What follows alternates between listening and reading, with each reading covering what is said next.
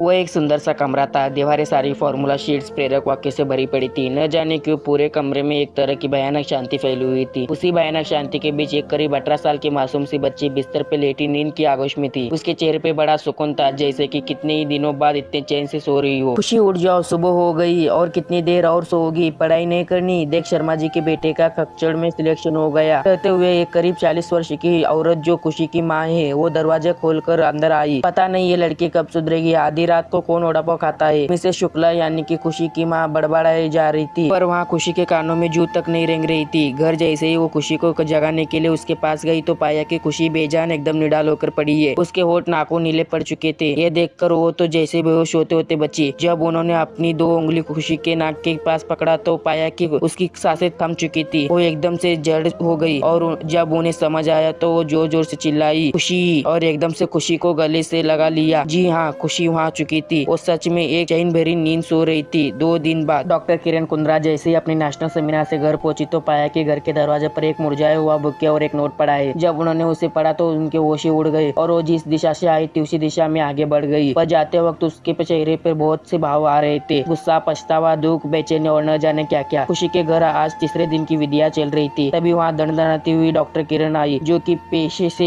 एक मनोचिकित्सक है और पिछले 2 महीने से वो खुशी की इलाज कर रही थी। पर जैसे ही उसने अपने कदम वहाँ पे रखा तो कानों में कुछ आवाजें पड़ने लगी। अरे बहन जी देखिए तो किसी कल के आए लड़के के लिए बेटी ने अपनी जान ले ली। अपने माता पिता के बारे में भी नहीं सोचा। दूसरी औरत ने भी हाँ मिलाते हुए कहा, वो भी देखो वड़ा पाव में जहर मिलाकर, भला वड़ा पाव में भी कोई जहर मिलाता है। आज के बाद वड़ा पाव भी न खाया जाएगा। यह सब सुन के किरण का खून खोल उठा। उससे भी ज्यादा हैरानी उसे इस बात की थी कि खुशी के माता पिता मिस्टर एंड मिसेस शुक्ला चुपचाप सब कुछ सुन रहे थे। करते भी क्या, वही तो वजह थी अपने बेटे की मौत की। डॉक्टर किरण ने खुशी के फोटो के सामने हाथ जोड़े और सीधा शुक्ला दंपति के पास चली गई और कहना शुरू कर दिया, कैसा लग रहा है अपने बेटे को मारकर? कुछ पता भी हो कैसे चली गई? अरे आपको कैसे पता होगा, आप तो बहुत व्यस्त इंसान है ना। आप तो ये भी नहीं जानते होंगे कि आपके बेटे पिछले 2 महीने से मेरे पास थेरेपी सेशन के लिए आ रही थी। शुक्ला दंपति ने चौंक कर उनकी तरफ देखा तो किरण ने कहना जारी रखा, आप तो बस अपनी बेटी को डॉक्टर बनाना था ना। क्या आप कभी उससे पूछा कि वो क्या बनना चाहती है? उसे आर्ट्स पढ़नी थी, वो एक लेखिका बनना चाहती थी। बेचारी एक सुसाइड नोट से ज्यादा कुछ लिख ही नहीं पाई। आपकी खुशी के लिए शहीद की तैयारी कर रही थी, पर आपने क्या किया उसके लिए? अरे वो पिछले 9 साल से डिप्रेशन में है। कभी ध्यान दिया अपनी बच्ची पर कि वो ठीक से खा रही है कि नहीं, सो रही है कि नहीं, खुश है कि नहीं? कभी 2 घंटे की, कभी 2 घड़ी की शांति से बात की है उससे?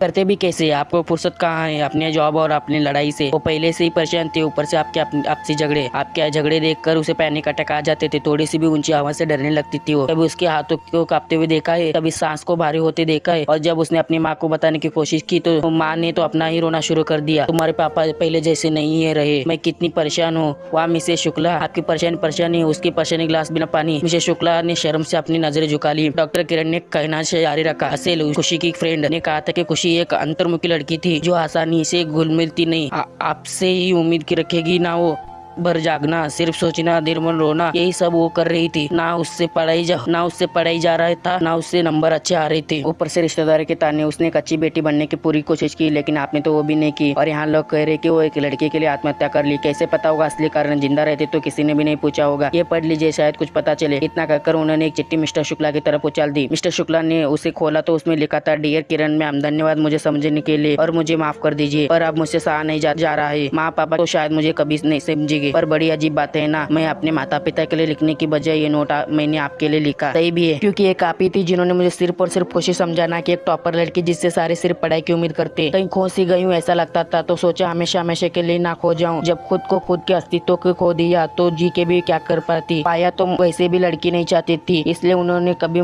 प्यार नहीं जताया। और माँ तो पापा से लड़ने में बिजी रहती और मैं अपने आप से सिमरती चले गई। पर फिर भी मैं अगले जन्म में आपका बेटा बन के आपका प्यार पाना चाहूंगी पापा। Love you mom, love you पापा।